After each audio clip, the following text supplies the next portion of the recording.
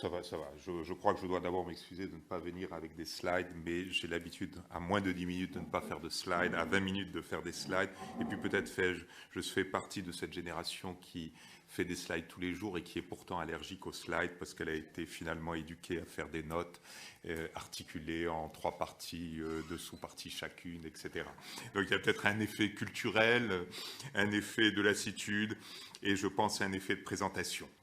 Alors le sujet qui résulte de travaux que nous avons menés sur à la fois la démographie et l'épargne d'une part et deuxièmement l'épargne et l'investissement porte sur l'investissement de long terme dans les sociétés vieillissantes. Alors la première question que je me suis posée, c'est qui les sociétés vieillissantes, si je voulais être rigoureux, parce que de fait l'ensemble du monde est vieillissant. Donc je vois des sociétés vieillissantes et puis des sociétés vieillissantes. Mais je ne vois pas des sociétés rajeunissantes qui viendraient s'opposer à des sociétés vieillissantes ou des sociétés en état de stagnation. Donc je me suis un peu posé quelques questions et finalement par rapport à mes collègues, j'ai fait le choix de traiter l'ensemble des sociétés vieillissantes, c'était plus aisé, c'est-à-dire l'ensemble du monde. C'est aussi peut-être une des raisons pour lesquelles je ne pouvais plus vous présenter de slides parce que j'aurais accumulé un ensemble d'éléments sur la démographie qui bien évidemment pouvaient être présentés très agréablement par slide, mais j'en aurais eu à peu près une vingtaine. Alors, il me semble que pour ce qui concerne l'investissement de long terme, il faut tout de suite dire qu'il y a 4 grands facteurs qui peuvent influer l'investissement de long terme. Alors, le premier, c'est la nature du système financier lui-même. C'est normal, si le système financier est efficace, s'il est transparent, à ce moment-là, l'allocation des ressources investies se fait correctement, l'information est parfaite et l'allocation est optimale et assure une rémunération des investisseurs absolument efficace. Vous avez un deuxième élément, c'est l'existence d'incitations publiques qui jouent un rôle important. Par exemple, en France, la fiscalité a joué un rôle déterminant dans l'allocation de l'épargne. De fait, les États ont eu tendance à mettre très souvent en place des aides à l'épargne, et notamment à l'épargne longue, avec l'idée que le risque de long terme était un petit peu fui par les acteurs, qui avaient un besoin d'éclairage des acteurs sur ce point. Alors c'est un point qui peut naturellement faire débat. Et deuxièmement, que le risque sur le long terme peut être plus grand et que cela pouvait entraîner une réticence des agents à s'investir sur le long terme. Et le risque est plus grand sur le long terme parce que sur le long terme, nous cumulons 2 risques. Un risque de volatilité pure, et deuxièmement, un risque de déviation du trend. Donc j'ai mon trend qui peut dévier, et puis ma volatilité, bien évidemment, je peux me trouver à un point haut ou à un point bas de ma volatilité, ce qui fait que je cumule, bien évidemment, 2 incertitudes. Et puis, troisième élément, c'est la présence ou non d'une institution de sécurité sociale qui peut ou non vous inciter à investir dans le long terme. En général, les économistes ont tendance à penser qu'il y a une relation négative entre l'un et l'autre, même si l'exemple de la France, au fond, ne confirme pas tout à fait cette analyse. Je ne vais pas rentrer là-dedans, ce n'est pas l'objet de la présente présentation, mais c'est un point qu'il faut avoir à l'esprit. En tout état de cause, je crois qu'il faut souligner ce point, c'est que dans les pays émergents, où se trouve aujourd'hui, Ikatnun, la majorité de la population de plus de 65 ans, la question d'un système de protection publique est quasi négligeable. Ça veut dire que pour la majorité de la population âgée, la très grande majorité de la population âgée, la question d'une protection sociale dans le cadre d'un système de sécurité sociale n'est pas une question pertinente. Notons bien que dans des pays comme la Chine ou l'Inde, de toute façon, cela ne concerne qu'au maximum 10% de la population dans les hypothèses les plus optimistes. Quatrième facteur, eh bien, c'est le point qui nous intéresse ici, c'est la démographie. Parce que la démographie, naturellement, a un effet sur l'épargne et à travers l'épargne sur l'investissement long. Et bien évidemment, nous avons tous à l'esprit le modèle par excellence du lien entre le vieillissement et l'investissement, qui est le modèle du cycle de vie. Alors, je crois que malheureusement, quand on parle de vieillissement, la plupart des personnes ont une vision un peu unidimensionnelle du vieillissement et on parle souvent de l'accroissement du taux de dépendance comme un des indicateurs du vieillissement, c'est-à-dire le nombre de personnes âgées sur le nombre d'actifs notamment. En fait, le vieillissement est un phénomène extrêmement complexe qui combine plusieurs facteurs et qui combine à tout le moins 4 facteurs en même temps. Premier facteur, c'est la baisse de la fertilité.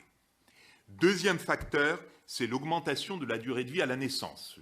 on peut être plus fertile ou moins fertile, mais on peut avoir des espérances de vie à la naissance différentes, liées d'ailleurs aux questions de santé que vient d'évoquer Philippe.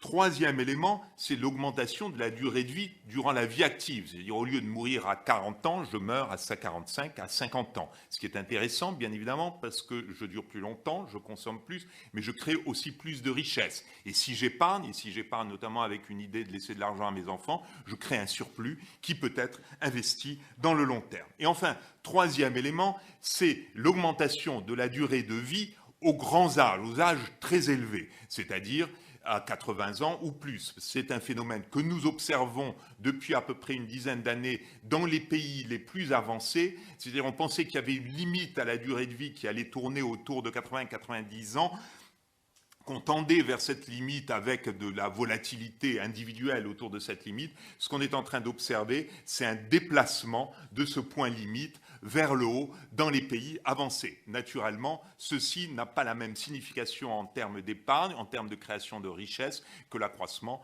de la durée de vie aux âges actifs. Alors, il faut bien voir que dans nos pays avancés, dans les sociétés vieillissantes, c'est ce phénomène que l'on observe, ce qu'on a appelé aussi la rectangularisation de la courbe de survie, c'est-à-dire on survit à peu près presque à 100% jusqu'à des âges très avancés, et brutalement, quand on se rapproche de l'âge limite, eh bien, le taux de survie chute assez rapidement. Alors, naturellement, les différentes zones économiques du monde se différencient par la façon dont se combinent ces différentes évolutions. Et on peut voir trois phases. Il y a trois phases que l'on a observées historiquement et qui déterminent trois, au fond, situations dans le monde aujourd'hui. Première phase, qui correspond à la première phase de la transition démographique, elle est centrée essentiellement sur la baisse de la mortalité infantile, avec éventuellement, accompagnée ou non d'une baisse de la fertilité, au début pas du tout, puis peu à peu par une baisse de la fertilité. Cette période-là est accompagnée d'une baisse de l'épargne, parce que la plupart des ménages doivent investir dans leurs enfants. On est dans une situation assez malthusienne, où il y a une grande difficulté à dégager un surplus. Au fond, ce qu'on observe aujourd'hui, c'est que l'Afrique se trouve au point de sortie de cette première phase de la transition démographique. Vient alors la seconde phase de la transition démographique, qui combine deux effets majeurs, ce qui ne veut pas dire que dans la première phase, vous n'ayez pas aussi des effets d'allongement à des âges plus élevés, mais ce sont des effets mineurs par rapport au premier effet.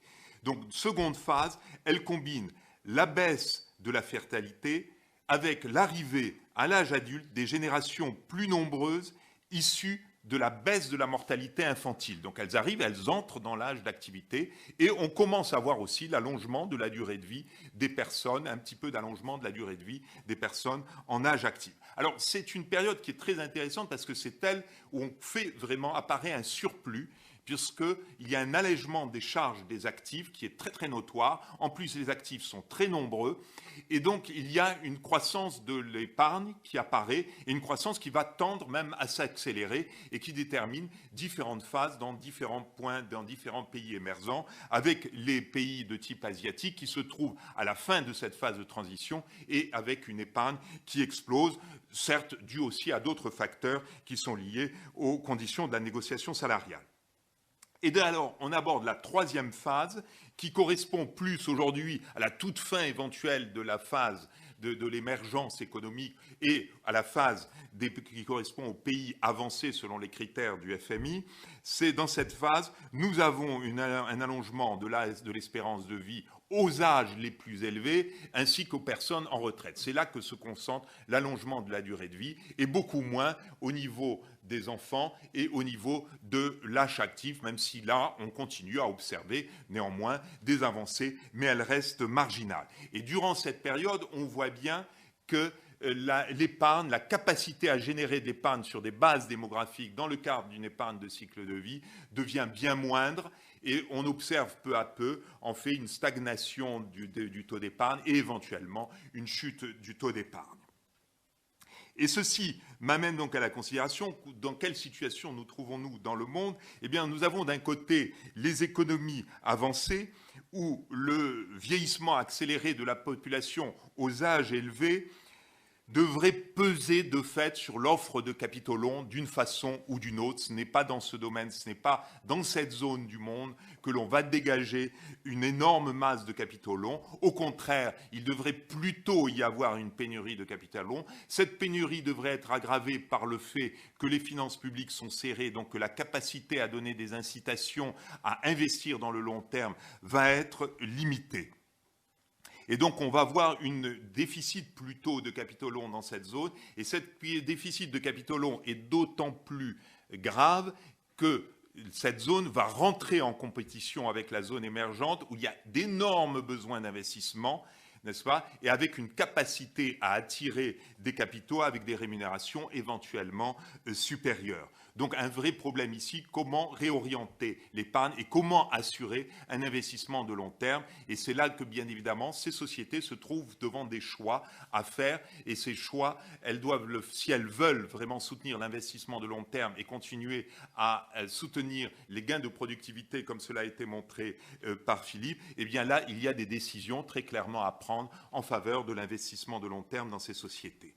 Alors, à l'inverse, dans les pays émergents, nous nous trouvons dans une situation où nous allons avoir plutôt, de plus en plus, une abondance d'épargne, avec la montée en puissance aussi d'une épargne retraite, d'autant plus que dans ces zones, l'inclination à mettre en place des systèmes de protection sociale en répartition n'est pas énorme, et que... ce qui ne veut pas dire, je le souligne tout de suite, que le problème du vieillissement soit bien traité. Ce n'est pas parce qu'il y a une épargne que le problème du vieillissement n'est pas traité. Je ne vais pas rentrer dans ces détails, mais ils sont importants. Alors, ce que nous allons voir surtout, en même temps, c'est avec la croissance des besoins dans cette zone, une bonne partie de cette épargne qui avait tendance, dans son solde, dans son surplus, à s'investir à l'extérieur, notamment aux États-Unis, créant des déséquilibres internationaux, va avoir tendance à se rapatrier normalement sur le long terme vers un investissement domestique et à demander des capitaux de long terme du reste du monde à venir s'investir chez eux. Donc plutôt une absorption de capitaux longs par cette zone. Enfin, dernière zone qui correspond à l'Afrique, là, bien évidemment, comme les changements de vous en parle, la sortie de la première phase de la transition, c'est tout juste la sortie.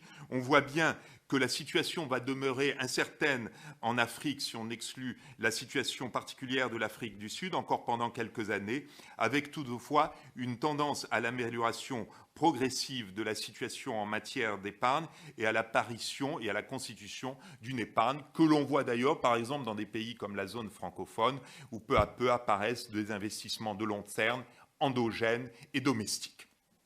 Voilà, si vous voulez, comment se font les liens, selon moi, aujourd'hui, au niveau mondial, entre démographie et investissement de long terme, avec les grands enjeux tels qu'ils peuvent apparaître dans les différentes catégories de sociétés vieillissantes, essentiellement les sociétés avancées et les sociétés émergentes, et peut-être demain l'Afrique. Merci beaucoup.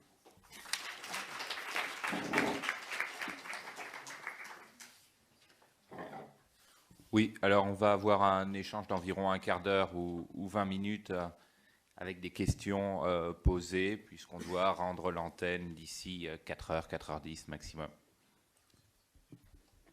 Oui. Bonjour. Je suis un peu désolé de faire cette remarque, mais une des composantes de la transition démographique, c'est le déclin de la fécondité. Fertility en anglais, ça veut dire fécondité. C'est deux choses, une confusion quand même qui est revenue, qui est un petit peu dommageable. Voilà, merci. Exact.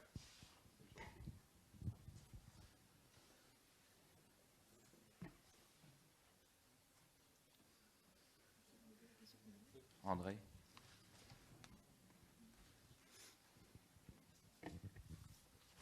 Déjà, ça n'engage que moi, mais une impression d'ensemble, moi j'ai bien aimé cette table ronde, mais ça n'engage que moi. Alors, la première question que j'avais, puis je m'arrêterai là pour le moment, c'était sur la présentation de Philippe, là. Donc, sur santé et croissance. Et à la fin, il conclut que lorsqu'on corrige en mettant à la fois le niveau et la variation, donc il y a bien un effet positif, et que cette variation de l'espérance de vie est la plus efficace avant 40 ans. Mon problème, comme il l'a dit au début, c'est qu'on a un problème sur les dépenses de protection sociale, etc., en santé, retraite et autres. Et mon problème, c'est qu'est-ce qui se passe pour les dépenses de santé après 80 ans. Par exemple, y compris d'ailleurs, ça a été souligné dans d'autres communications, la dépendance. Comment est-ce que c'est rentable pour la croissance? Peut-on juger ça qu'en termes d'efficacité ou faut-il réintroduire la valeur du lien social? Oui, puisque Philippe Aguillon va être amené à prendre le micro, peut-être rajouter une question. Microéconomie, macroéconomie réconciliée à travers la santé, favorable pour la productivité individuelle, favorable pour la croissance collective. Donc c'est un élément du capital humain, de la même manière que l'éducation. Comment, au sein d'une théorie de la croissance endogène, vous liez ces deux éléments, éducation et santé? Est-ce qu'il y a plutôt une complémentarité, une éviction de l'éducation par la santé? Jusqu'à quel point? Je rajouterai une petite question. Oui. En quoi tes travaux, Philippe, rejoignent ou s'éloignent de ce fait de manière économétrique par c'est ça, Haussmann, à Chicago, là, Jerry Haussmann, c'est ça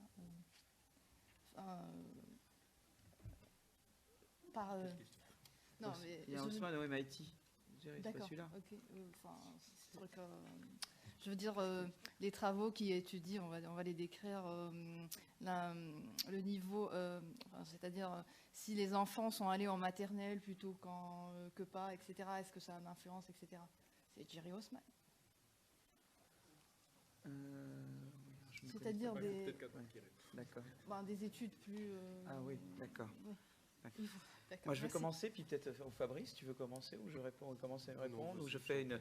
Donc, non, de toute façon, absolument. Je crois que la santé, je pense que la santé a une valeur en elle-même, je veux dire. Mais je crois que c'était important quand même. C'est-à-dire que je pense qu'il faut être pour la santé, pas seulement parce que c'est bon pour la croissance du PIB. Je crois qu'on a un certain nombre de valeurs. On considère que, je sais pas, c'est éthique que, voilà, qu'il y ait on considère que c'est une des valeurs qu'on peut promouvoir. Donc ça, mais je pense que c'est quand même utile dans le débat de dire qu'en plus, c'est bon aussi pour la croissance. Vous voyez, je veux dire ça. Le median voter, comme on dit, se déplace si vous arrivez à montrer ça. Je pense qu'il faut aller au-delà. Mais je pense que si on peut montrer qu'en plus, ça crée de la valeur, tout le débat, par exemple aux États-Unis maintenant sur la santé, est changé, si on peut dire qu'en plus la santé crée de la valeur. Donc ça, c'est la chose qui est sur les 40 ans, de toute façon, l'idée, c'est de dire si vous améliorez les capacités cognitives, etc., c'est toute l'espérance de vie change. L'espérance de vie n'est qu'un indicateur de la santé. Il y a d'autres indicateurs. Donc là, on a regardé l'espérance de vie, qui est un seul indicateur. On n'est pas en train de dire qu'il faut se moquer complètement de la santé des gens de plus de 40 ans. C'est pas du tout. Mais en tout cas, ce qui est intéressant, c'est de dire que tout ce qui est fait pour la prévention, pour améliorer les capacités cognitives, etc., on voit tout de suite l'effet de productivité quand on prend l'indicateur espérance de vie. Mais il y a d'autres indicateurs de santé. Et puis, en plus, la croissance est un élément parmi d'autres éléments qu'il faut considérer. La deuxième chose sur éducation, santé, la deuxième question qui a été posée, nous on considère en tout cas qu'il y a un parallèle entre la santé et l'éducation, c'est-à-dire que moi j'étais toujours partisan d'éducation de la théorie plus Nelson Phelps, c'est plus mon approche, et effectivement on voit bien que c'est intéressant, c'est que quand on prend une approche purement Lucas en matière de santé, on risque de dire des bêtises. Voilà. Donc ça, c'est bien de ne pas avoir une approche purement beckerienne, lucasienne, mais d'avoir une approche plus Nelson-Phelpsienne, en tout cas d'avoir une approche qui est combinée. Maintenant, séparément des travaux complémentaires avec Fabrice, et Fabrice, lui, qui a fait par lui-même aussi, on montre qu'il y a une complémentarité entre éducation et santé. C'est-à-dire que c'est évident qu'une population en meilleure santé a tendance... il y a une complémentarité entre les deux, en fait. C'est-à-dire ça éduque mieux, ou le rendement de l'éducation est augmenté, évidemment, quand la santé est augmentée. Donc, ce n'est pas l'un se substituant à l'autre, c'est plutôt deux facteurs, ces deux éléments du capital humain qui sont en fait complémentaires, si je veux. C'est mon interprétation, mais peut-être Fabrice peut pouvoir compléter. Non, j'aimerais rebondir sur la question de la valeur sociale de la santé, la question d'André Masson. Je pense que c'est effectivement un point d'interrogation actuel extrêmement intéressant. On l'a vu dans le rapport Stiglitz. Il y a un long chapitre sur cette question. La valorisation de la santé, c'est effectivement quelque chose de très important. Le problème, c'est comment faire. Quel va être le taux de change monétaire, l'équivalent monétaire de la santé? Alors, il y a énormément d'études sur les États-Unis, mais évidemment, cette valeur monétaire va changer suivant le type de société dans laquelle ces gains de santé prennent place. Elle va changer en fonction de l'âge. Donc, je dirais, il n'est pas évident de dégager un consensus sur ces études à la base de préférences révélées. Ce n'est pas quelque chose qui, me semble-t-il, fait consensus parmi les économistes. Mais je suis entièrement d'accord avec toi pour dire que c'est une piste de réflexion extrêmement intéressante. Un problème de lien qui fait que si personne ne se préoccupe du vieux de 85 ans, à la limite, on peut plus facilement le laisser tomber. Et ça, l'économiste a beaucoup de mal à rendre compte. Oui. Je pense que l'économiste peut quand même en rendre compte dans la prise en compte des problèmes de dépendance. Pourquoi ? Pour me faire comprendre, je crois qu'il y a un lien très important entre les dépenses de dépendance et pourquoi pas les nouvelles technologies. Si vous prenez en compte une expérience qui a été menée dans le Limousin tout récemment et qui a consisté à installer de la téléassistance, de la télémédecine, etc., auprès d'un certain nombre de personnes très âgées, on a constaté qu'il y avait beaucoup moins de chutes et que simplement le fait d'éviter des chutes et des hospitalisations rentabilisait ce type d'investissement. Alors qu'est-ce que ça veut dire pour un économiste attentif à l'innovation? Ça veut dire qu'en fait, ces dépenses de santé pour le grand âge pourraient très bien avoir des effets sur la productivité par l'intermédiaire de l'utilisation des technologies de l'information et de la communication, par exemple. On peut envisager des retombées. Et ceci va dans le sens de ce qu'on assiste au Japon, où on a tendance à penser que, par exemple, la robotisation est une industrie qui peut être au service, évidemment, des personnes âgées, mais aussi des plus jeunes et provoquer des gains de productivité dans les décennies qui viennent. Juste ajouter un commentaire, ce n'est pas dans mon domaine absolument de compétence, mais qui est juste le cas, justement, l'opposition entre la situation des personnes de plus de 80 et 85 ans dans les pays avancés et la situation des mêmes personnes, par exemple en Chine, si par hasard elles ont le malheur de ne pas avoir une famille qui s'occupe d'elles. Là, très clairement, s'applique ce que dit André, c'est-à-dire elles ne sont pas, il n'y a pas d'externalité vue par la société positive de l'aide à ces personnes et de la prise de l'amélioration de la santé de ces personnes. Inversement, chez nous, bien évidemment, nous avons des mécanismes d'internalisation, par ailleurs, y compris sociaux, y compris légaux, notons-le, et qui jouent et qui vont dans cette direction, plus peut-être un pouvoir aussi plus important des grisonnants. On va prendre encore quelques questions dans la salle. Oui, au milieu.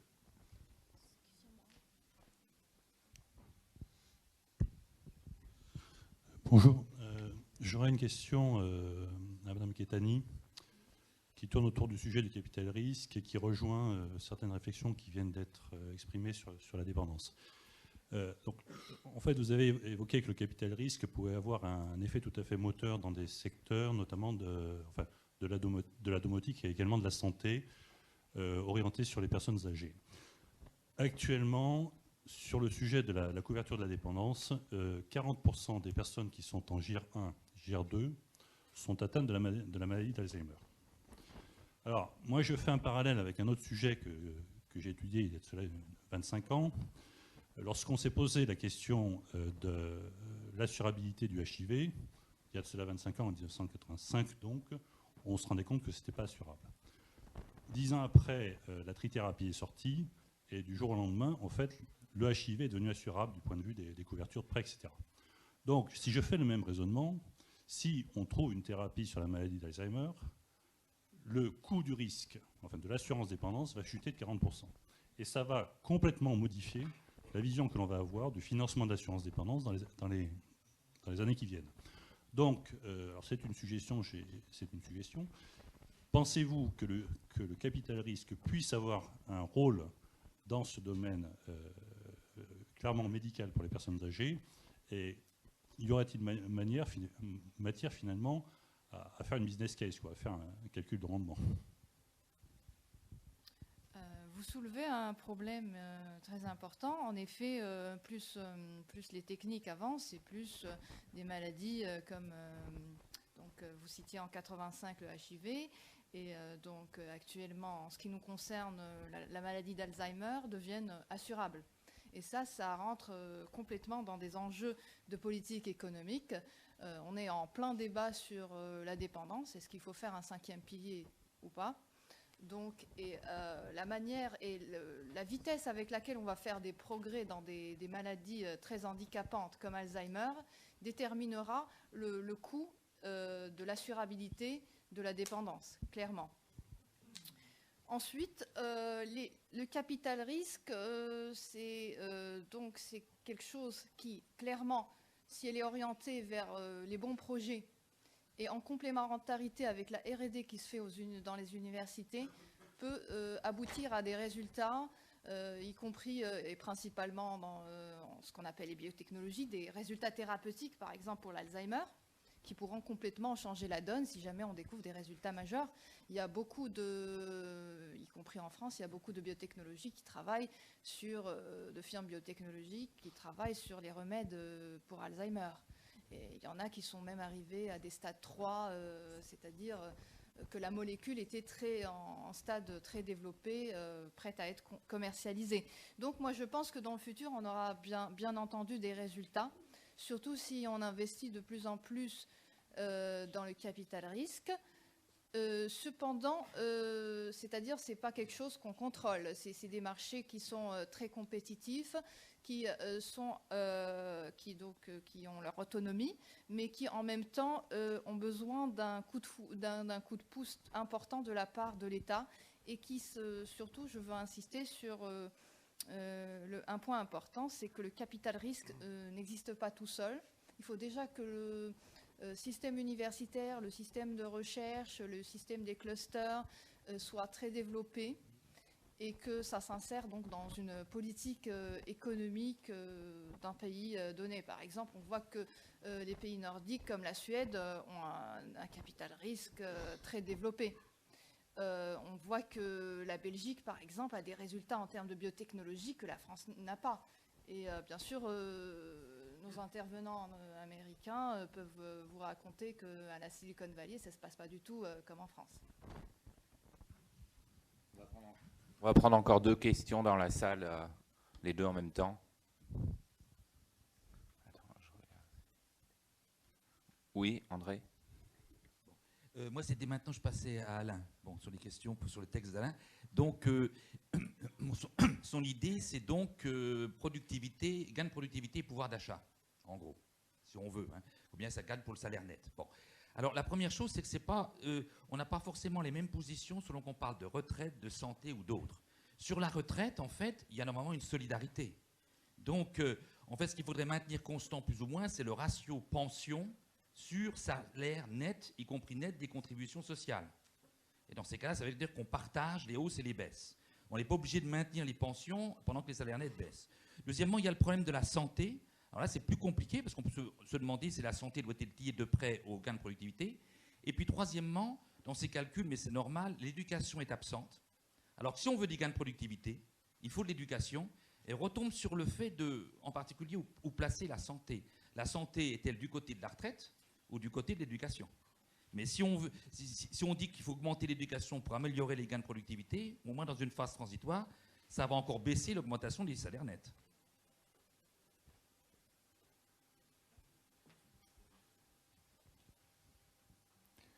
Pas d'autres questions? Bon, alors Alain, à toi la conclusion. Ou du moins, pour répondre à André, non, ce qu'on a fait, ce sont des projections très simples en supposant que le montant des prélèvements obligatoires, autres que ceux qui sont dus aux dépenses de santé et de retraite, était constant. Alors, ceci peut se discuter, bien sûr. On peut très bien imaginer qu'il faille investir dans l'éducation et que donc ceci va contribuer aussi, pourquoi pas, à augmenter les prélèvements obligatoires d'une certaine manière. On peut imaginer que le chômage va diminuer et que ceci permettra, pourquoi pas, de baisser les cotisations chômage et de baisser les prélèvements de ce type. C'est pour ça qu'on en était arrivé, nous, à la conclusion qu'il serait très intéressant qu'il y ait des simulations et des projections avec des scénarios faits pour les années de 2035, là où l'effet du vieillissement va être plus accéléré entre maintenant et 2035, et puis jusqu'à l'horizon 2050, comme ceci a été en partie fait pour les retraites. il nous semble dommage que les dépenses d'assurance maladie et les autres prélèvements obligatoires ne fassent pas l'objet de telles projections à l'avenir pour aider justement à ce type de choix qu'André posait.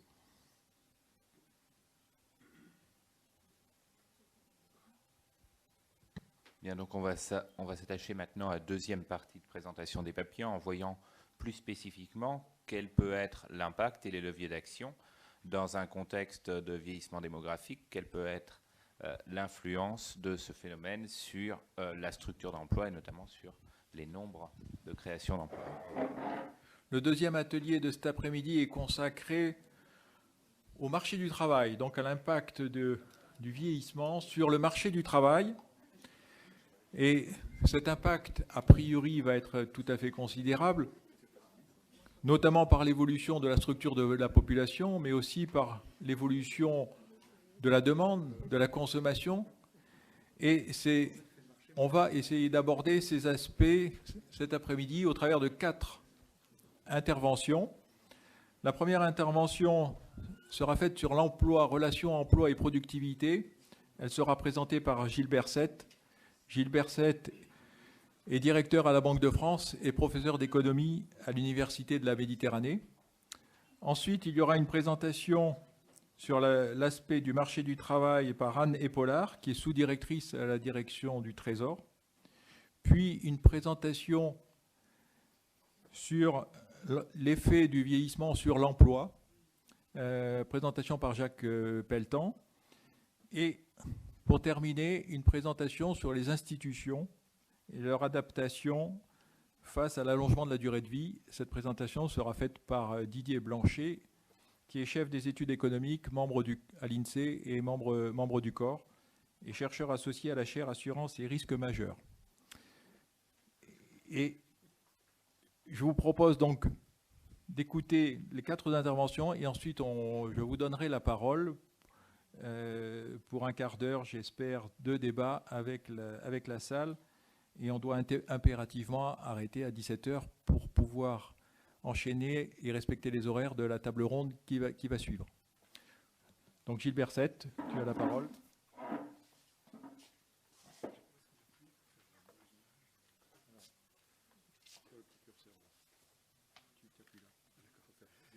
Bonjour, alors l'étude que je vais vous présenter, le travail que je vais vous présenter a été réalisé avec Renaud Bourlès et Anastasia Kozarenko.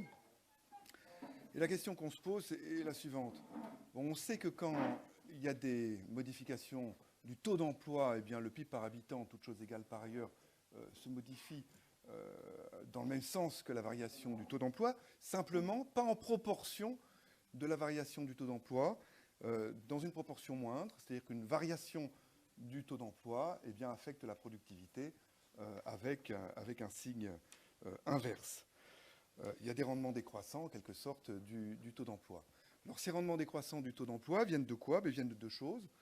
D'une part, un effet de composition de la population en emploi, au sens où l'augmentation du taux d'emploi signifie généralement le recours à davantage de main-d'œuvre moins qualifiée que la moyenne, d'une part. Et puis, deuxièmement, ça vient d'un effet, ce qu'on appelle un effet de fatigue, c'est-à-dire qu'à même composition par qualification de la population en emploi, eh bien, il est clair que d'un effet de fatigue, pardon, d'un effet de sélection, c'est la population dans chaque catégorie de qualification, la population la plus productive, qui est d'abord employée. Alors, ce qu'on essaye de faire dans cette étude, c'est de caractériser, de distinguer ces deux canaux, en quelque sorte, des effets de variation du taux d'emploi sur la productivité et donc sur le produit intérieur brut par habitant. On essaie de le caractériser au niveau macroéconomique et puis ensuite en tirer quelques préconisations de politique économique pour savoir quel gain pourraient tirer les différents pays qu'on va analyser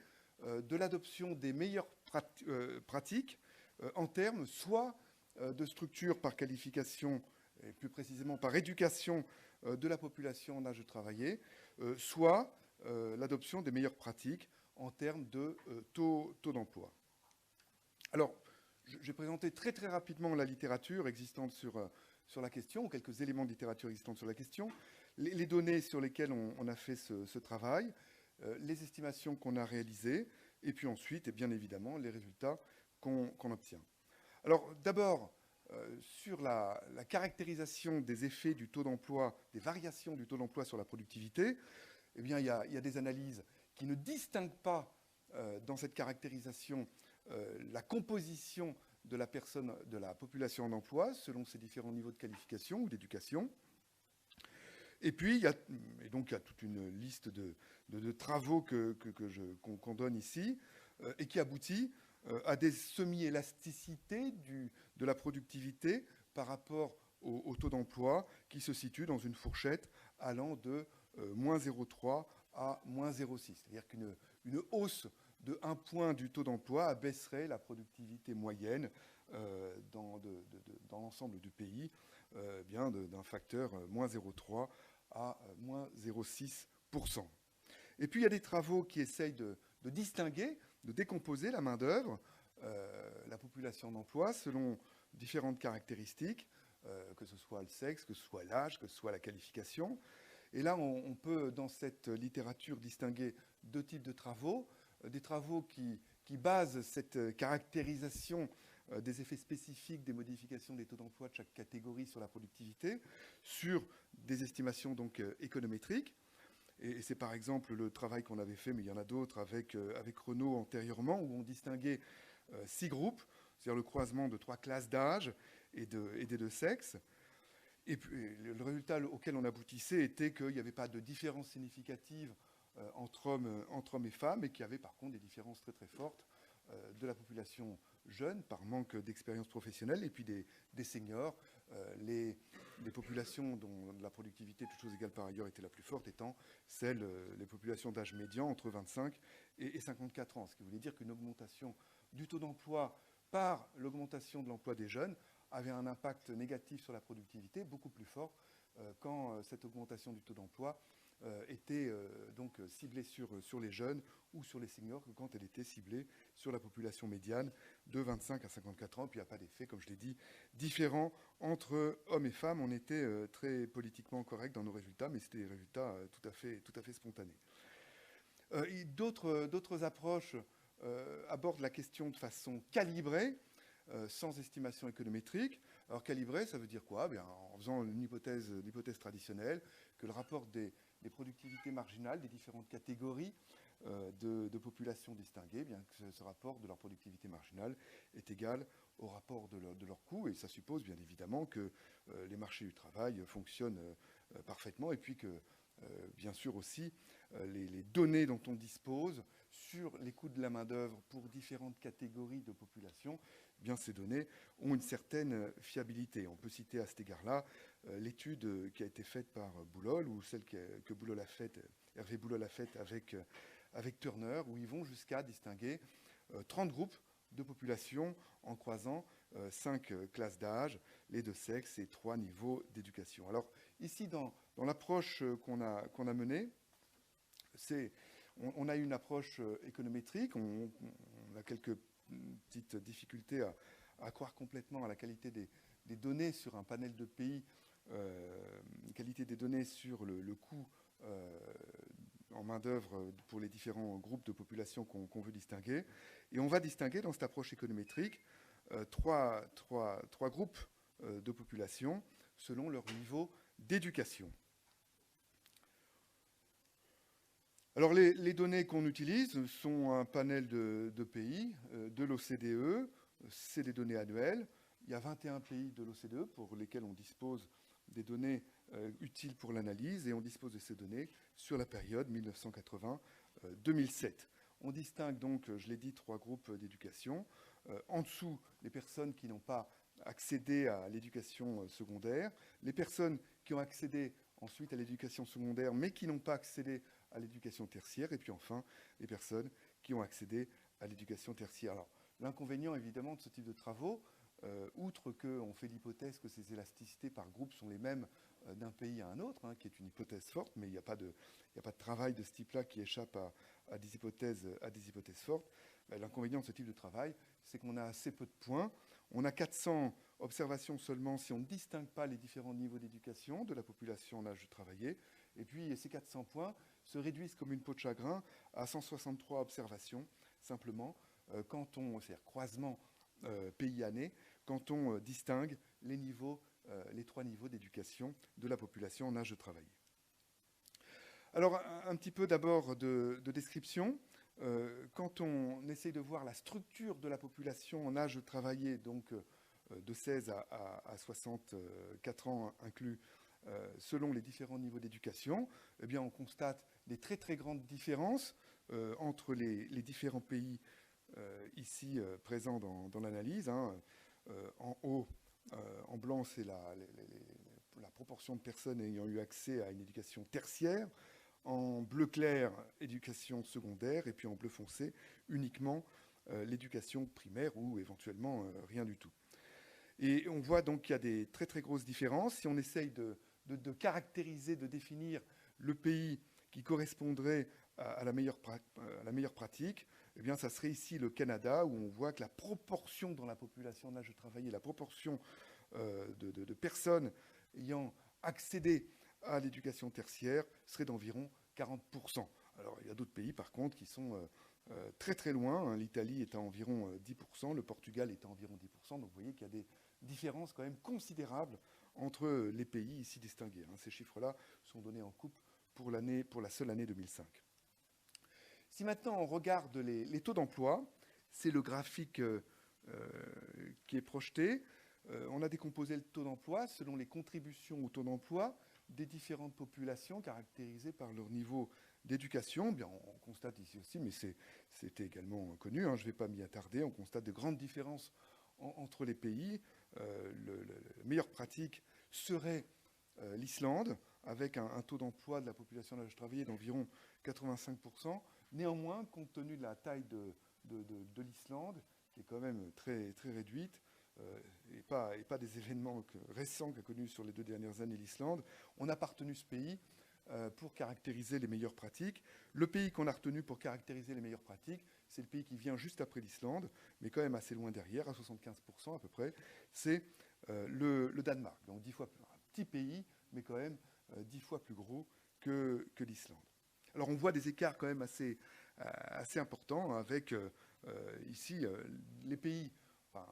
On voit qu'il y a des pays qui cumulent avec à la fois un défaut d'éducation supérieure dans la population en âge de travailler, l'Italie, et un taux d'emploi très très bas, l'Italie également, puisque son taux d'emploi frôle les 60%, mais est inférieur à 60% pour l'année 2005. Alors l'estimation que nous faisons est une estimation assez simple. On explique le taux de croissance, c'est-à-dire la différence de log de la productivité du travail, par les variations, en variation, le taux de croissance de la productivité du travail, par les variations des contributions au taux d'emploi de chaque catégorie, ici de population d'âge de travailler distinguée, donc nos 3 catégories, par les variations de la durée du travail. Alors ça fait suite à d'autres études, mais je n'évoquerai pas cet aspect ici par manque de temps. On essaie de prendre en compte la position cyclique, évidemment, des économies, par la prise en compte des variations du taux d'utilisation des capacités de production. Et puis, on essaie de contrôler par le niveau technologique du pays, ici représenté par la part de la production de TIC dans l'ensemble de la valeur ajoutée.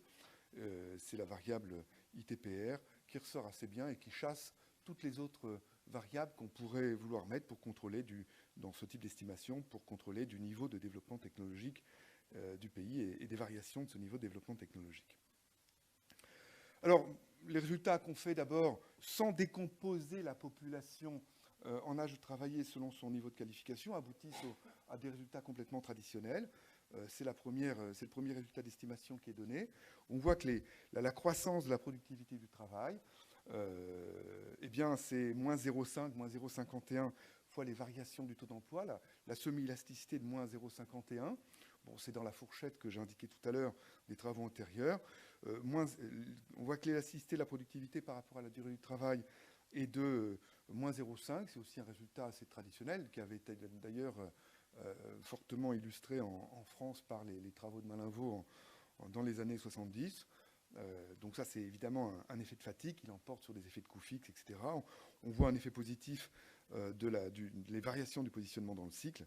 C'est assez logique. Et puis un effet positif des variations, du niveau de développement technologique du pays, ici capté, attrapé par la part dans la valeur ajoutée du pays de la production de type. Donc, ces résultats sont complètement standards. Alors, quand on fait maintenant les estimations en distinguant nos 3 catégories de population, c'est la deuxième équation, c'est la deuxième relation dont les résultats d'estimation sont donnés en bas. Bien, d'abord, ce qu'on doit observer, ce résultat n'est pas donné ici dans cette présentation, c'est qu'il n'y a pas de différence significative pour les 2 premiers niveaux de formation. Des variations de taux d'emploi du plus bas niveau de formation ou du niveau intermédiaire de formation n'ont pas d'écart significatif de semi-élasticité sur la productivité du travail. Donc on a regroupé ici, dans cette estimation que je vous donne, on a regroupé ces 2 catégories. Et on voit que l'effet donc des variations du taux d'emploi, des contributions au taux d'emploi de ces 2 premières catégories de population, les 2 premiers niveaux de formation, eh bien, cette semi-élasticité est en valeur absolue plus forte, bien évidemment, que celle qu'on obtient sur l'ensemble de la population. C'est assez logique, moins 0,594.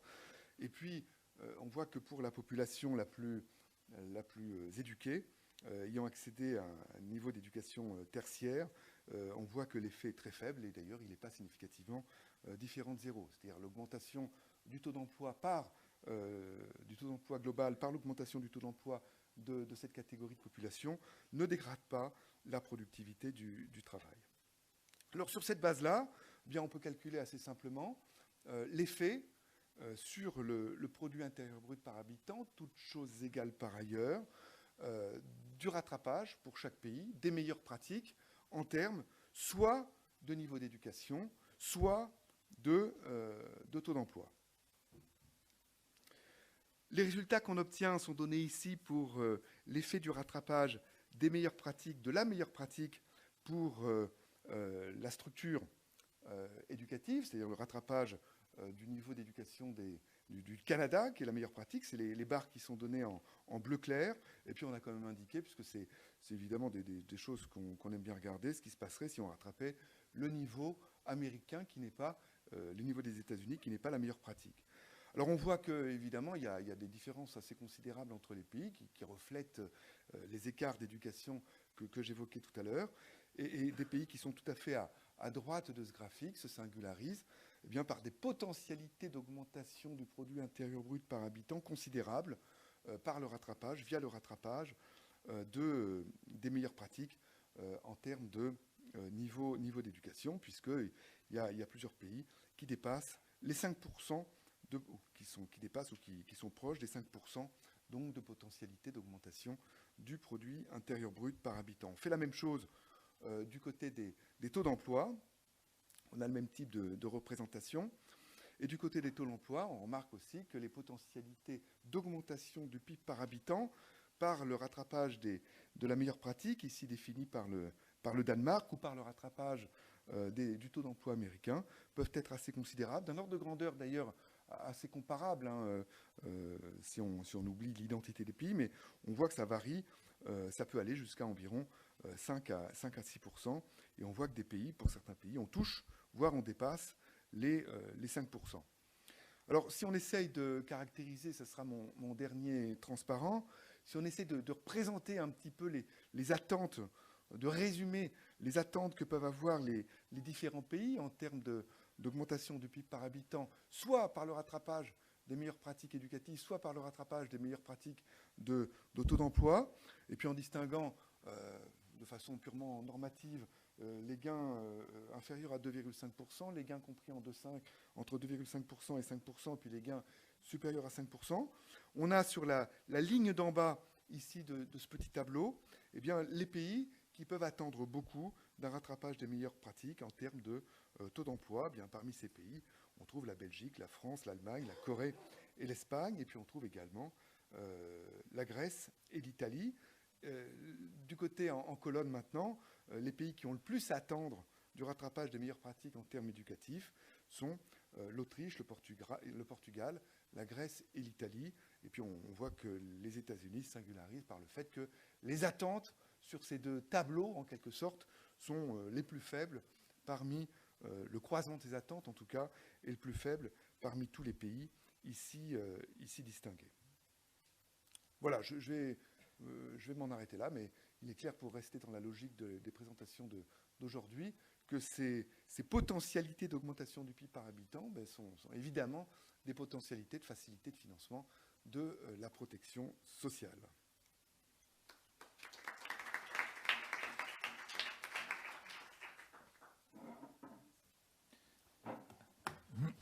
Merci Gilbert. Anne Pollard.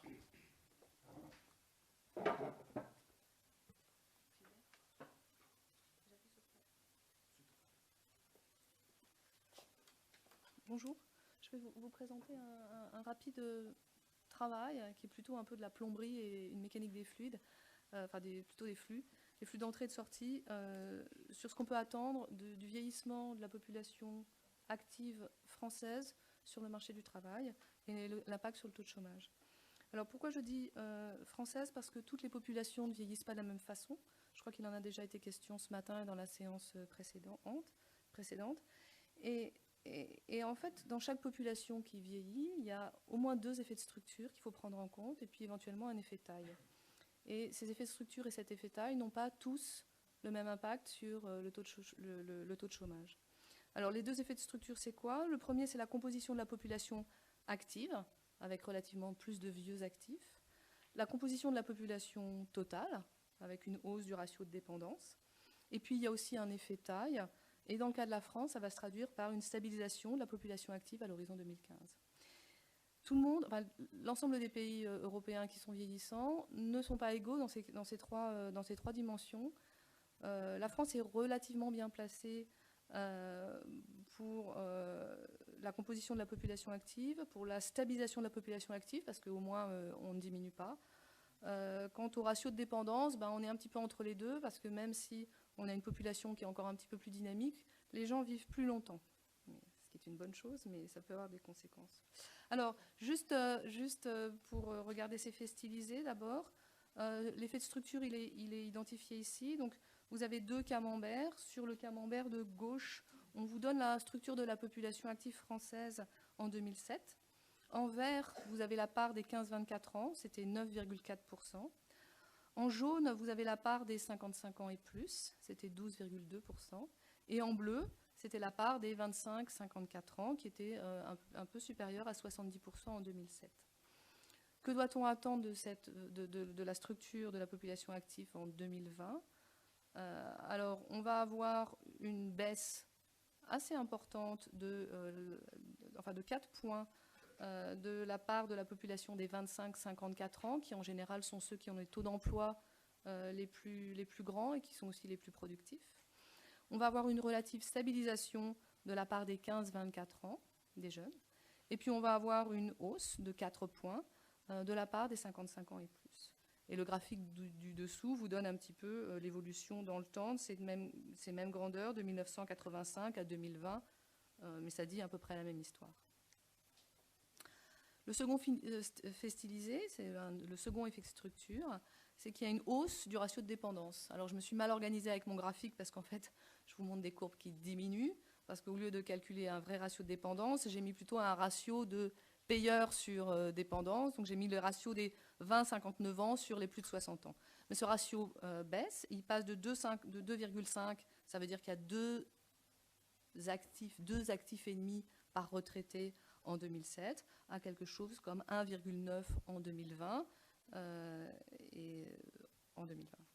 Et puis si maintenant on s'intéresse à la totalité de la population active, c'est-à-dire qu'on prend en compte non seulement les jeunes, les vieux, mais aussi les jeunes, on voit aussi que là on a une hausse du ratio de dépendance qui augmente, puisqu'on a de moins en moins d'actifs pour l'ensemble de la population. Ça, ce n'est pas nécessairement vrai dans des pays où le taux de fécondité est plus petit, parce qu'il y a beaucoup moins de jeunes et la France se caractérise par un taux de fécondité relativement élevé, ce qui fait qu'on a cette chose un petit peu surprenante que tout le monde n'a pas. Le troisième effet stylisé, c'est l'effet taille. Donc on va avoir une stabilisation de la population active. Cette stabilisation de la population active devrait avoir lieu avec la réforme des retraites qui a été promulguée il y a quelques jours, aux alentours de 2018. C'est la courbe en rouge. La courbe en noir, c'est l'évolution de la population active telle que l'a prévoyée l'INSEE avant la réforme des retraites dans ses projections de 2006.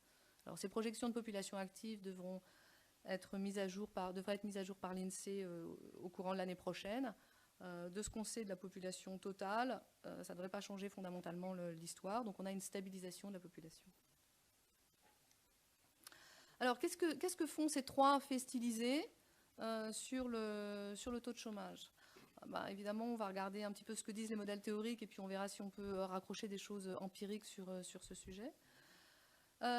D'un point de vue théorique, l'impact du vieillissement, le fait qu'on ait moins de 25-54 ans dans la population active, c'est relativement ambigu dans les modèles théoriques. Alors dans le modèle WSPS, alors je ne sais pas si c'est clair pour tout le monde, mais WS ça veut dire formation des salaires, PS ça veut dire formation des prix. Dans un modèle, une forme réduite de l'économie dans lequel on regarde ces 2 grandeurs, le modèle, on va avoir... ce modèle nous donne un chômage d'équilibre pour l'économie, qui n'est pas nécessairement le chômage qu'on a au jour le jour, parce qu'il y a des fluctuations conjoncturelles, évidemment. Mais le risque du vieillissement de la population active, c'est qu'il y a un petit peu une prise de pouvoir syndical par les plus vieux, par les seniors, auquel cas, ça risque d'augmenter le taux de chômage des jeunes, notamment des moins qualifiés. Il y a un risque que le taux de chômage augmente. On ne peut pas faire des calculs qui aillent vraiment au-delà de ça. Ceci dit, on sait comment contrecarrer ça par des politiques économiques. Normalement, on sait que le taux de markup joue aussi un rôle dans ce modèle de salaire et de prix, et que dans les secteurs, si dans un certain nombre de secteurs abrités, on augmente la concurrence, c'est-à-dire on réduit le taux de markup, alors on a peut-être une chance que l'éventuel effet négatif du vieillissement de la population sur le taux de chômage soit contrebalancé. Dans le modèle d'appariement, donc le modèle d'appariement, c'est un modèle où il y a des entreprises qui postent des emplois parce qu'elles ont des emplois vacants. Et puis il y a une autre, en face de ça, il y a un marché du travail qui est plus ou moins efficace à pourvoir ces emplois qui sont vacants. Là, le résultat d'un vieillissement de la population est clairement ambigu, surtout si on le combine à une réforme des retraites. Alors d'une part, avec un vieillissement de la population, on peut imaginer que les travailleurs âgés, qui sont plus difficiles à placer sur le marché du travail, réduisent l'efficacité du processus d'appariement entre les jobs vacants et ceux qui en cherchent. Et ça peut résulter, enfin ça doit résulter normalement en une hausse du taux de chômage. Ceci dit, l'allongement de la durée de vie, de la durée d'activité, accroît les incitations pour les entreprises à poster des emplois vacants, et en faisant des petits calculs, on peut montrer que il peut y avoir ces 2 effets ont l'air de se compenser. J'ai pas vraiment de preuves empiriques de ce que je dis, donc il va falloir voir la suite. On s'est quand même amusé à faire, je vais sauter celle-là, essayer de faire un petit calcul, un exemple illustratif dans lequel on applique les taux de chômage de chacun des groupes d'âge, on leur applique le taux de chômage en 2020 à celui qu'ils avaient en 2007. Et qu'est-ce qu'on voit ? On voit que si on avait un taux de chômage agrégé de 8%, c'était le bon temps en 2007, avec un taux de chômage des 55 ans et plus qui était relativement faible parce que beaucoup en fait n'étaient plus sur le marché du travail, un taux de chômage des 25-54 ans qui était de 7%, puis un taux de chômage très élevé des 15-24 ans comme la France sait les faire. On voit que si on reproduit ces taux de chômage par structure d'âge de la population, on verra qu'en 2020, le taux de chômage lui-même ne bougera pas. Si jamais on regarde ce qu'il faudrait en termes de variation, on peut imaginer différentes compositions pour obtenir un taux de chômage d'équilibre de 7% ou de 6% à l'horizon 2020 avec la structure de population que l'on a.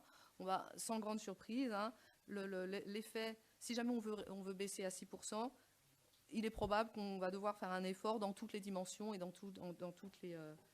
sur tous les âges, y compris sur les 25-54 ans. Mais ça, c'est juste de la plomberie très, très simple. En tout cas, si jamais on fait ça, si jamais on croit qu'il y a des marchés qui sont segmentés pour les vieux, pour les gens d'âge moyen et pour les très jeunes, et qu'il y a 3 taux de chômage d'équilibre, 1 par population, on voit que le vieillissement de la population n'est pas de nature à changer durablement le taux de chômage.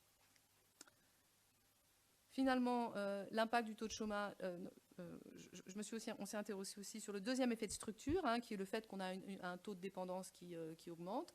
Là, les chiffres ne sont pas très heureux.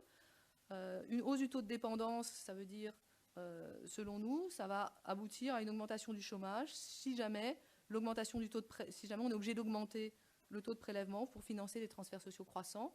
C'est peut-être ce vers quoi on s'oriente. Alors, pour vous mettre des chiffres derrière ça, selon la Commission européenne, dans un contexte de vieillissement de la population, les dépenses de public de santé devraient croître d'ici 2060 entre 1,1 et 2,3% de PIB en France, avec un scénario central à 2 points de PIB. Okay. Et nous, on a fait de notre côté des petits modèles. En moyenne, alors ce n'est pas de la science exacte, mais ça donne quand même une idée, un point de prélèvement obligatoire en plus durablement, ça réduit en France l'emploi de 150 000 unités. Donc si jamais vous faites 2 points de prélèvement, ça fait 300 000 unités, 300 000 emplois de moins. Alors évidemment, vous pouvez faire des impôts plus ou moins malins. Okay. Si vous taxez le carbone, c'est moins. Si vous taxez le travail, et le travail non qualifié, vous détruisez beaucoup plus d'emplois. Donc là, il y a des choix de fiscalité relativement importants à faire. Finalement, sur l'impact de la stabilisation de la population active, hein, ce qu'on aurait dû voir à l'horizon 2015 et qu'on va voir plutôt en 2018 du fait de la récente réforme des retraites. Qu'est-ce qui se passe? Là aussi, à l'inverse, c'est plutôt une bonne nouvelle. Si on raisonne dans un modèle de boucle prix-salaire, une stabilisation de la population baisse mécaniquement à court terme le taux de chômage, puisque au moins pendant une petite période, la population active va augmenter moins vite que l'emploi. On sera sur des dynamiques d'emploi plus rapides. Et donc, comme on sait qu'on ne peut pas durablement être très très loin du taux de chômage d'équilibre, il y aura des hausses salariales qui nous ramèneront un petit peu vers ce taux de chômage d'équilibre. Néanmoins, dans le cas que je crois vrai, dans lequel il y a des effets d'hystérèse, on peut espérer que le fait d'avoir une population active qui se stabilise permettra de diminuer légèrement le taux de chômage d'équilibre. Alors là-dessus, il n'y a pas d'évidence. Donc ce schéma, ce graphique représente en abscisse, vous avez le taux de croissance de la population active pour différents pays, en moyenne entre 2001 et 2004. Et vous voyez que le taux de chômage en ordonnée n'est pas du tout relié à la variation de la population active. Bon. Le graphique pertinent, ce serait effectivement d'avoir plutôt le taux de croissance de la population active avec en ordonnée le taux de croissance du taux de chômage autour du moment où la population se stabilise. Ça aurait été une bonne idée de le faire, je ne l'ai pas fait, je vous laisse le soin de le faire chez vous. Ok, alors après, toujours un petit peu sur l'impact de la stabilisation de la population active, on a fait des petits calculs au Trésor pour savoir si on était capable d'absorber le surcroît de population active qui allait venir de la réforme des retraites. Et même d'aller au-delà, c'est-à-dire d'aller vers un taux de chômage qui serait en 2020 de 7%. Et donc là, qu'est-ce que vous avez? Donc, en 2010, on avait une population active un peu plus de 28 millions de personnes. On avait un taux de chômage de 9,5%. Donc il y avait 25 490 000 emplois en France. En 2020, si on prend les projections de l'INSEE de population active de 2006 auxquelles on rajoute l'impact des retraites, on aura une population active de la réforme des retraites, on aura une population active de 28 800 000 personnes. Imaginons que je veuille avoir un taux de chômage de 7%. Ça voudrait dire que je devrais avoir un emploi en milliers de 26 780 000 personnes. Ça fait combien? Ça veut dire que sur 10-11 ans, il faut créer 9-10 ans, il faut créer 1 290 000 emplois. Est-ce que c'est faisable? Oui. Ça veut dire qu'on devrait créer sur la période 2011-2020, on devrait créer 143 000 emplois par an pendant 9 ans. Okay. À titre de comparaison, si je prends la période 97-2007, il y avait 222 000 emplois par an qui étaient créés dans le seul secteur marchand. Donc c'est quelque chose qui n'est pas inatteignable, pourvu que les politiques économiques, la fiscalité et ce qui se passe sur le marché des produits aillent dans le bon sens. Malgré la réforme des retraites, le fait que la population quand même va ralentir, on peut espérer, on a les moyens de réduire durablement le taux de chômage. J'ai pris 7% ici pour ne pas être trop ambitieuse, mais on aurait pu facilement montrer qu'à 6%, c'était faisable. Pour ceux qui suivent les chiffres conjoncturels, les créations d'emplois en 2010, sur les 3 premiers trimestres de l'année, c'est 105 000 créations d'emplois. On ne sera peut-être pas à 143 000 emplois dès 2010, mais c'est quand même quelque chose qui est éventuellement atteignable. Je vous remercie.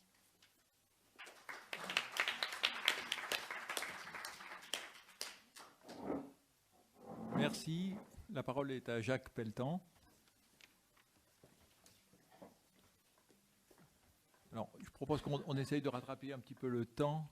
Donc, 10 minutes, pas plus. Jacques. Volontiers.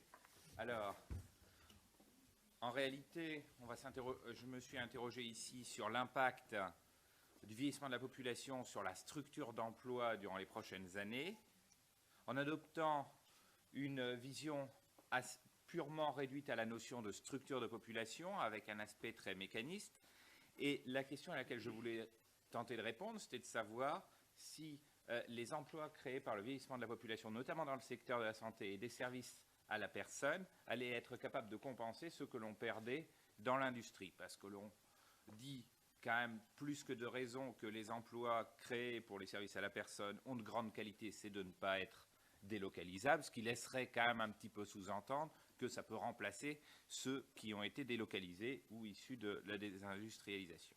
Alors pour ça, plusieurs aspects. Essayez d'abord de déterminer l'impact du processus de vieillissement démographique sur la structure des emplois, en regardant purement les effets structure et en ne s'attachant pas aux modifications des goûts par tranche d'âge, mais uniquement en s'attachant aux effets structure. Analysez plus spécifiquement les secteurs qui sont réellement affectés par ces mutations démographiques et mettre en correspondance les emplois qui peuvent être issus de ce processus avec ceux qui sont en l'occurrence perdus dans le domaine de l'industrie. Alors pour ça, on peut accéder assez facilement par l'INSEE à la consommation effective finale des différents types de biens et services par tranche d'âge, c'est-à-dire il y a environ une douzaine de fonctions de consommation, et au sein de cette douzaine de fonctions de consommation, on regarde la propension des différentes tranches d'âge à les consommer.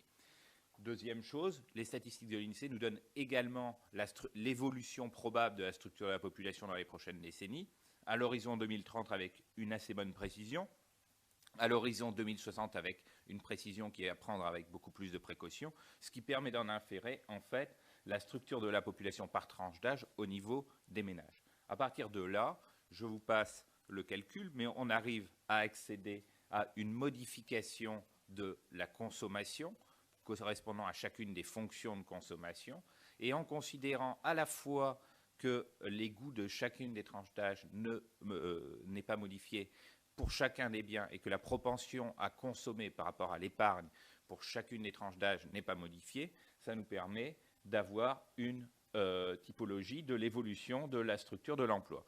Alors ce qu'on voit à grands traits, c'est que globalement ce qui est au milieu varie très peu, et notamment les secteurs liés à l'industrie varient très peu et sont très peu affectés par la structure de la composition démographique. En revanche, le secteur de la santé, on pourrait dire au sens large, à la fois le secteur de la santé proprement dit, mais également les services d'aide aux personnes âgées, y compris en dehors du corps médical, sont positivement affectés. Et l'éducation, par contre, ce qui est quand même moins souvent signifié, toute chose égale par ailleurs, est également affectée de manière tout à fait négative. Et si on regarde de manière nette l'impact de ces différents éléments, on peut essayer de regarder, toute chose égale par ailleurs, combien d'emplois vont être créés, à la fois dans les services à la personne, dans la santé, et combien d'emplois vont être perdus dans l'éducation.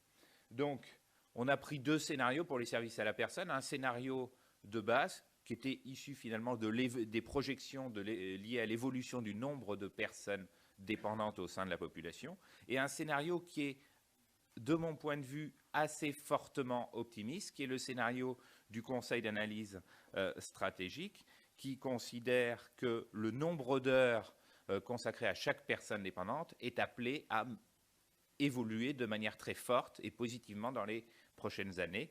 Et ça suppose effectivement que les personnes les plus âgées l'acceptent et en aient envie d'avoir plus de personnes qui s'occupent à plein temps d'elles et qu'il soit possible, du point de vue à la fois des finances publiques et privées, de le financer. Alors, avec ces deux scénarios, on a des créations nettes d'emplois en comptant que les modifications de structure vont avoir un impact négatif sur les emplois dans l'éducation, qui est assez faiblement positif à l'horizon 2030. On peut parler sous un scénario de base d'environ 100 000 emplois, toutes choses égales par ailleurs, avec un scénario très optimiste d'environ 400 000 emplois. À l'horizon 2060, évidemment, on a plus, parce qu'il y a plus de personnes dépendantes, parce qu'il y a un secteur de la santé assez nettement plus important, mais là encore, les précisions sont à prendre avec des pincettes. Alors, si on essaie d'analyser dans quelle mesure on peut mettre ça en regard avec la perte d'emploi dans l'industrie, en fait, on sait qu'il est assez difficile de mesurer la désindustrialisation. Alors, il y a quelques années,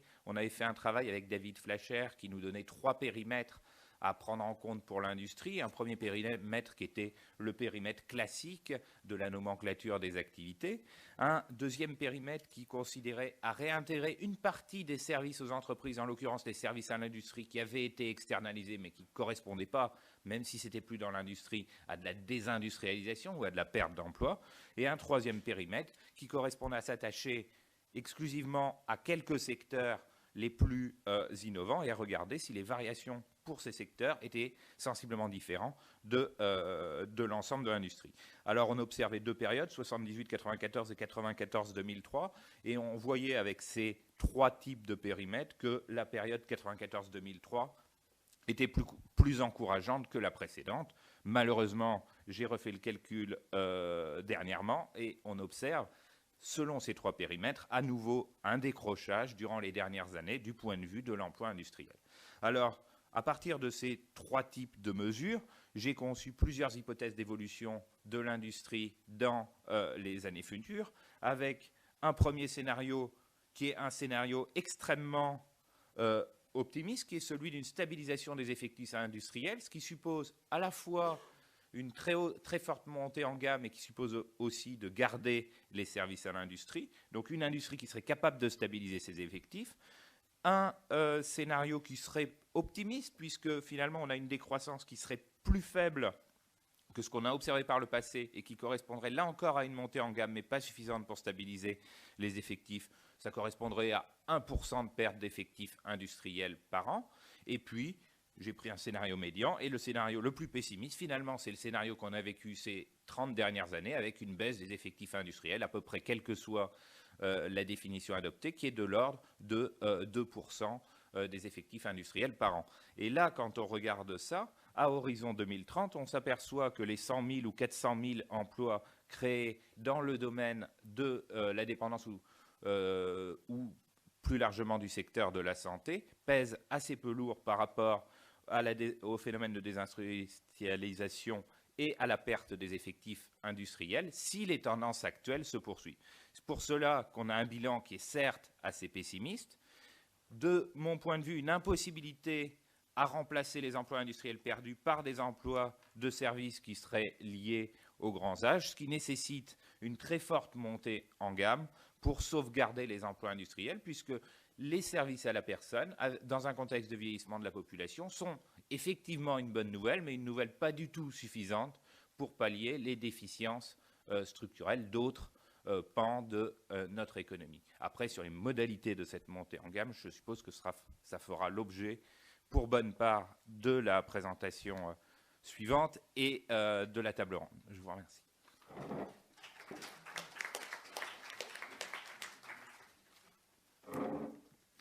Merci Jacques. Dernière intervention, Didier Blanchet.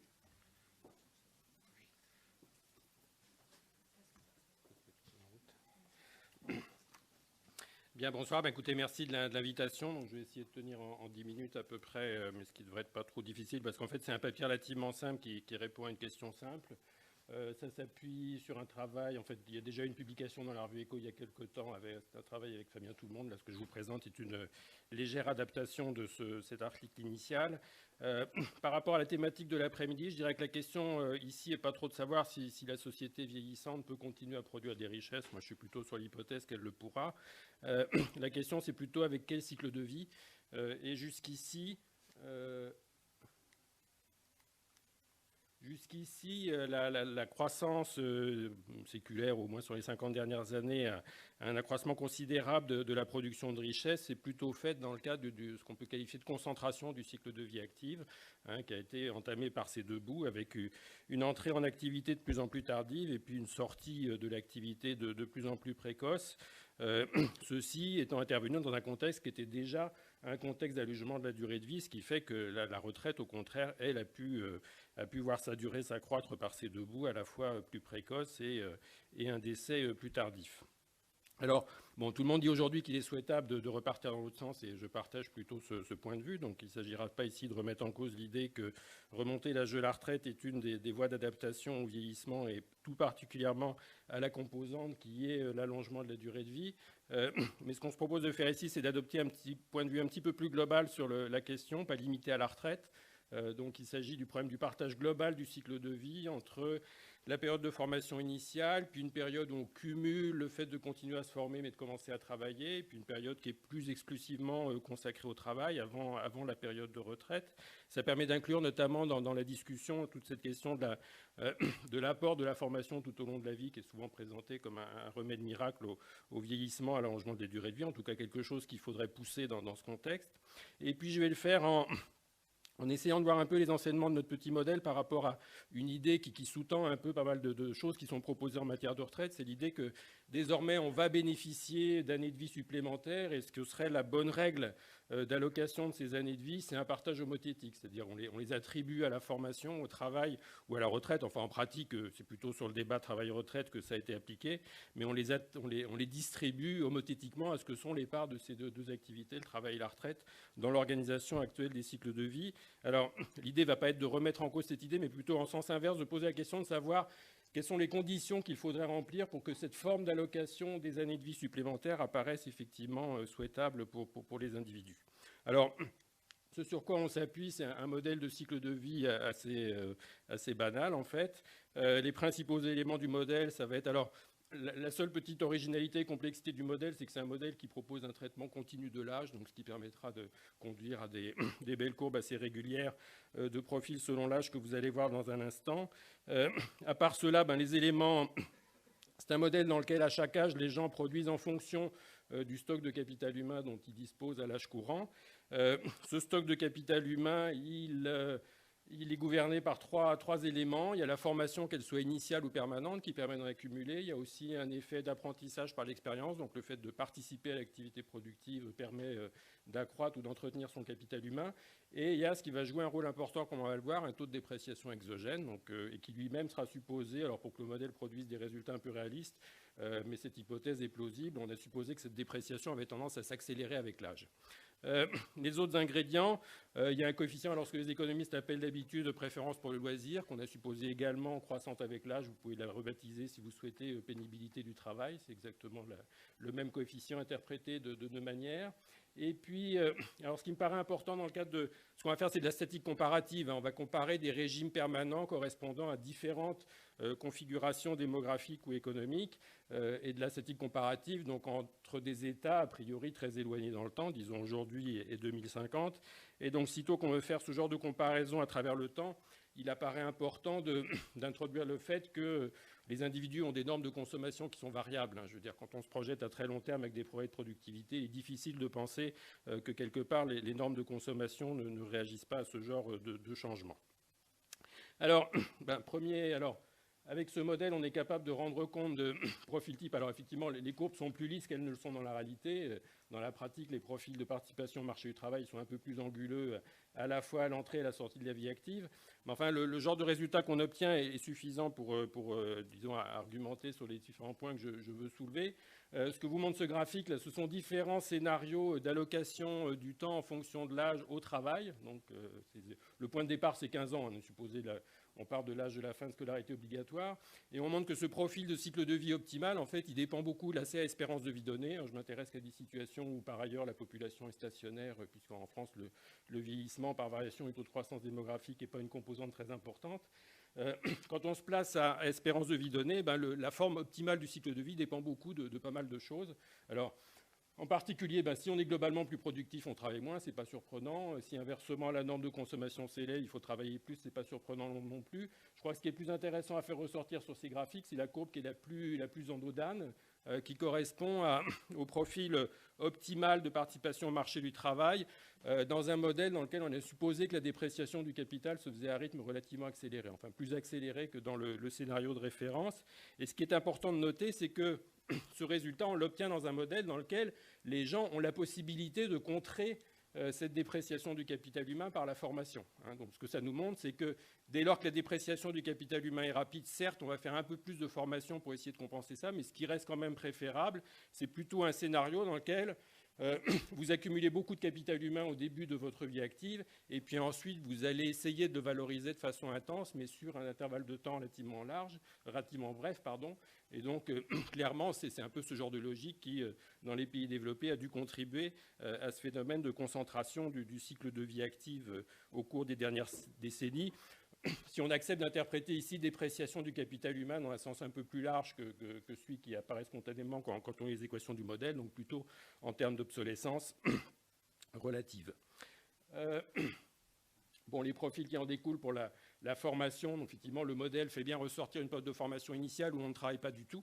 Il y a juste une répartition du temps entre se former et une certaine quantité de loisirs. Et puis ensuite, cette formation, ce temps consacré à la formation décroît avec l'âge et tend vers zéro avec le fait que l'horizon de la retraite se rapproche. Mais ce qui est important de noter, c'est que ce résultat ici n'est pas dû au fait que l'horizon de la retraite est fixé de façon exogène. Ce n'est pas un butoir qui s'impose aux gens et qui les dissuade de se former à partir d'un certain âge. C'est la logique du modèle qui fait qu'on a cette organisation ternaire. Certes, l'âge de la retraite va être un peu plus tardif lorsque l'espérance de vie est plus élevée, mais il y a toujours la même désincitation à se former quand on approche de ce point terminal de la carrière. Alors là, il s'agissait uniquement de simulations à durée de vie fixée.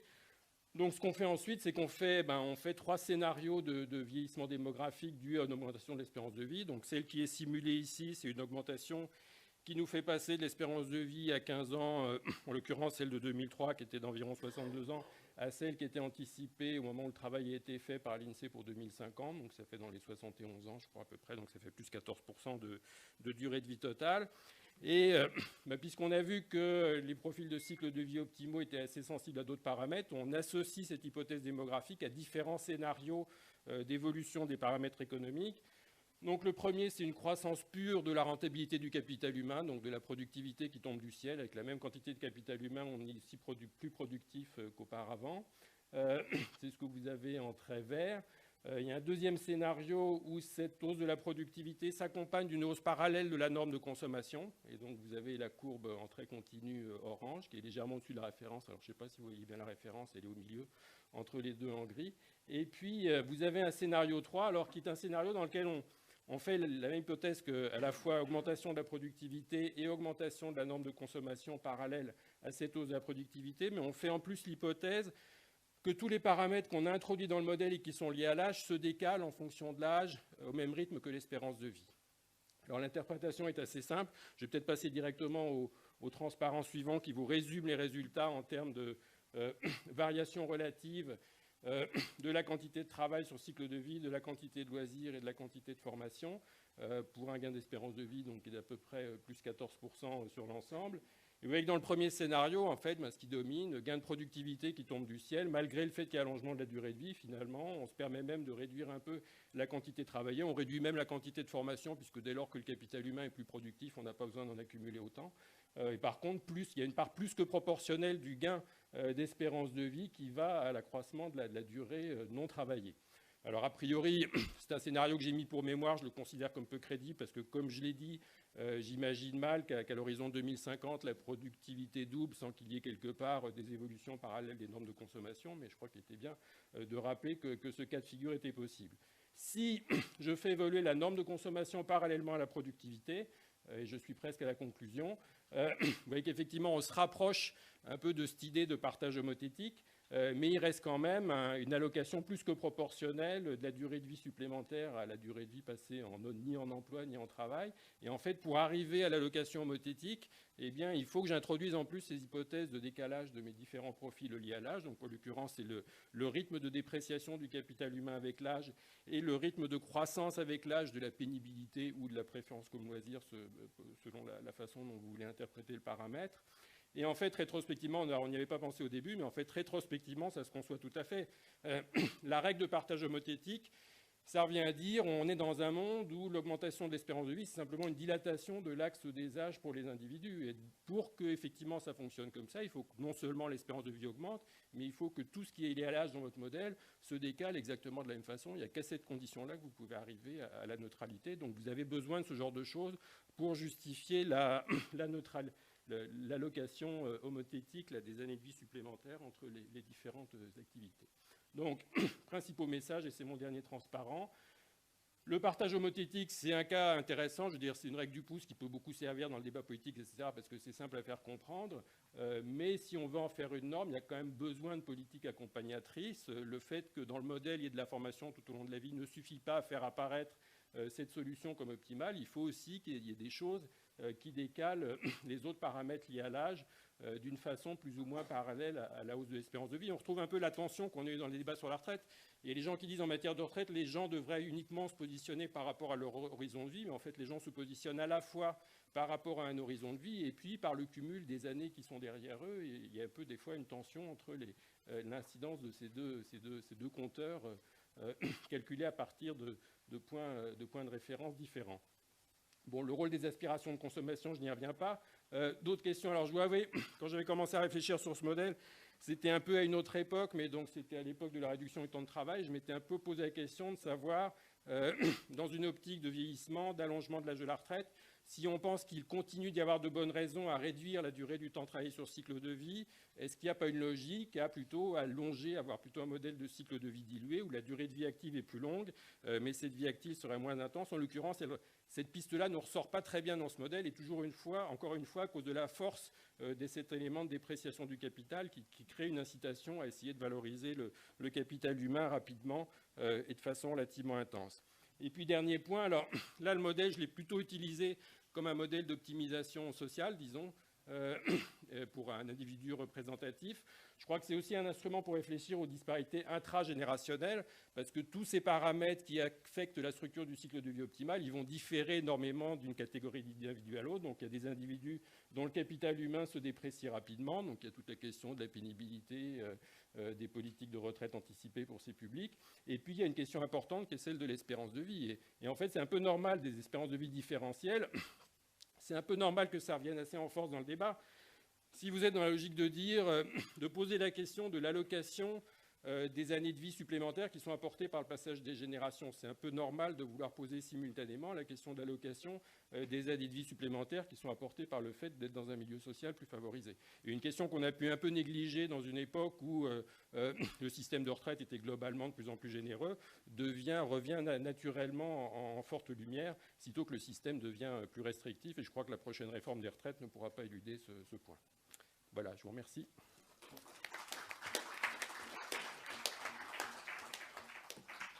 Merci Didier Blanchet. La parole est à la salle. Je vous propose de prendre une ou deux questions, pas plus, pour pas qu'on prenne davantage de retard. Alors, il y a deux questions. Là.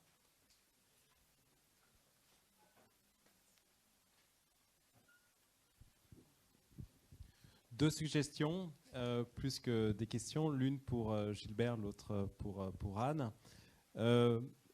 Tu as parlé de quantité d'éducation. Je crois qu'il aurait peut-être été possible de regarder également l'aspect de la qualité de l'éducation, puisqu'on sait que celle-ci diffère de façon assez radicale entre les pays. Ce qui aurait été peut-être possible de faire, ça aurait été d'interagir tes variables de niveau d'éducation avec cette fameuse variable d'Anouchek de qualité de l'éducation sur l'ensemble de la période, voire même de construire toi-même tes indices de qualité en prenant par exemple les dépenses par étudiant et par niveau d'éducation. Voilà, ça t'aurait peut-être donné des résultats plus fins au niveau de... on a tendance à penser que l'effet négatif de la participation sur la productivité moyenne sera d'autant plus faible que la qualité de l'éducation est élevée. La deuxième remarque pour Anne sur vieillissement et marché du travail, la question, je regarde particulièrement la question du chômage dans mon emploi actuel à l'OCDE et ça m'a donné, ce que tu as présenté m'a donné deux idées. Alors, on pense effectivement qu'il y a des effets démographiques structurels sur l'augmentation du chômage de longue durée. Hein. Aux États-Unis, il y a un article récent qui montre que la moitié de l'augmentation du chômage de longue durée est due à des effets démographiques, plus de femmes, des travailleurs plus âgés. La suggestion qui me vient à l'esprit, ça aurait été de régresser finalement le taux d'entrée et le taux de sortie du chômage sur ces variables démographiques. C'est relativement facile à faire. Est-ce que c'est quelque chose que tu as en tête ou que tu penses regarder à l'avenir? Merci pour ces commentaires. Je vous propose d'en discuter pendant la pause et puis peut-être de prendre une dernière question. Monsieur. Oui, oui. Je ne crois pas que les femmes soient moins productives que les hommes. La baisse de la productivité, tout le monde dit qu'elle arrive à partir de 52 ans pour les hommes. Si jamais en couple, les femmes sont moins productives, c'est qu'elles sont moins payées. Donc si on mesure la productivité par le salaire, c'est pas qu'elles sont moins productives, c'est qu'elles sont victimes de discrimination. Et puis elles ont un peu souvent moins accès à l'éducation. Donc il ne faut pas mêler les femmes et les vieux, c'est deux choses différentes. Oui, Gilbert, juste un petit point, je réponds en deux phrases. Et évidemment, on a pensé à ces éléments-là, mais comme je l'ai dit au départ, on travaille déjà avec des échantillons très très réduits quand on veut distinguer les différents niveaux d'éducation. 163 points sur une vingtaine de pays, et pourtant sur 27 ans. Donc voilà, c'est ça qui nous a complètement limités. Quand on voulait prendre en compte des indicateurs de qualité d'éducation, on réduisait encore l'échantillon, et donc voilà, pour faire de l'économétrie, on avait un trade-off et on a choisi, en tout cas, de maximiser le nombre de points. Et cette maximisation nous en laisse déjà que 163 observations. C'est un critère, évidemment. Merci. Il y avait une question de ce côté-là, et ça sera la dernière. Courte, si possible. Oui, bonjour, Hervé Sauzet. D'abord, vous remercier de la qualité de vos interventions. 10 minutes, c'est dur pour vous pour aller vite, c'est dur pour nous pour suivre aussi. Donc, je voulais poser deux questions à Jacques Pelletan. Première, pour m'assurer que j'ai bien compris ce qu'il a voulu dire. Vous dites, si j'ai bien compris, il y a à peu près 450 000 emplois qui seraient créés entre la santé et les services à la personne, 150 et 300, grosso modo. Et vous dites ça ne compense pas les à peu près 800 000 emplois dans le scénario médian de destruction d'emplois dans l'industrie. C'est à peu près ça? Oui. Bon. Donc si ce résumé est exact, pourquoi est-ce qu'il y a une liaison entre les deux? En d'autres termes, s'il n'y avait pas vieillissement de la population, il y aurait peut-être de toute façon 800 000 emplois détruits dans l'industrie. C'est juste donc un bonus, je veux dire, apporté par le vieillissement, qui est ces 450 000 emplois créés pour entourer les vieux, comme on disait tout à l'heure. Est-ce que c'est oui. Ça que vous voulez dire, ou est-ce que vous voulez dire qu'il y a une corrélation entre les deux? Il n'y a pas de corrélation entre les deux dans la mesure où on observe sur nos calculs que le secteur industriel est très peu touché par l'effet démographique et l'effet de la structure démographique. J'ai mis les deux en relation parce que c'est, de mon point de vue, les deux éléments majeurs qui touchent les structures d'emploi de nos pays. Un, mutation démographique, et deux, phénomène de désindustrialisation. C'est pour ça que j'ai mis les deux en regard. Et par ailleurs, là où on m'a un tout petit peu aidé, c'est quand on répète sans cesse que les emplois de service à la personne sont très bien puisqu'ils ne sont pas délocalisables. Je voulais simplement savoir s'ils permettaient de répondre à cette question. De manière à quelque chose de très court, c'est juste sur la question particulièrement des services à la personne, justement. C'est un secteur que je connais bien parce que je travaille beaucoup pour ce secteur-là. On ne le dit pas beaucoup, mais ça ne marche pas. Et je pense que vous le savez, vous, comme économiste, c'est-à-dire que les spécialistes du vieillissement, le secteur des services à la personne fonctionne encore beaucoup aujourd'hui en économie, comme on appelle ça, enfin, en français, travail au noir, beaucoup plus que dans une économie organisée pour des tas de raisons, de coûts, de qualité de service, etc. Parce qu'on n'en reviendra pas là. Mais c'est un peu inquiétant, je trouve, de voir que les gisements d'emplois qui semblent naturels, pour entourer et faire du lien social au-delà quand la famille est plus capable ou parce qu'il y a moins d'enfants aujourd'hui pour entourer des personnes âgées, on n'arrive pas à trouver un modèle économique qui crée véritablement les 500 000 emplois que Borloo avait pensé pouvoir viser quand il a créé les 13 plateformes de services à la personne de donner 2 millions d'euros à chacun, ce qui a servi strictement à rien. Sachant qu'en plus... Pardon. Ouais. Sachant qu'en plus, je rajouterai un élément, c'est que souvent la perméabilité entre ce qui est travail déclaré officiel, véritable création d'emploi et travail au noir, la perméabilité est très grande. Si c'est votre belle-sœur qui vient, ou votre bru qui vient s'occuper de vous. Pendant ce temps-là, elle n'a pas un travail rémunéré légal sur ces heures-là. Est-ce que c'est du travail au noir? Est-ce que c'est de la création d'emplois? C'est assez difficile de... Merci. S'il y a d'autres questions, je vous invite à en discuter avec les intervenants. Je voudrais remercier vivement les intervenants et vous inviter à la pause et à reprendre, on va dire, 17h25 précise pour la table ronde. Et j'espère que vous y participerez. Merci.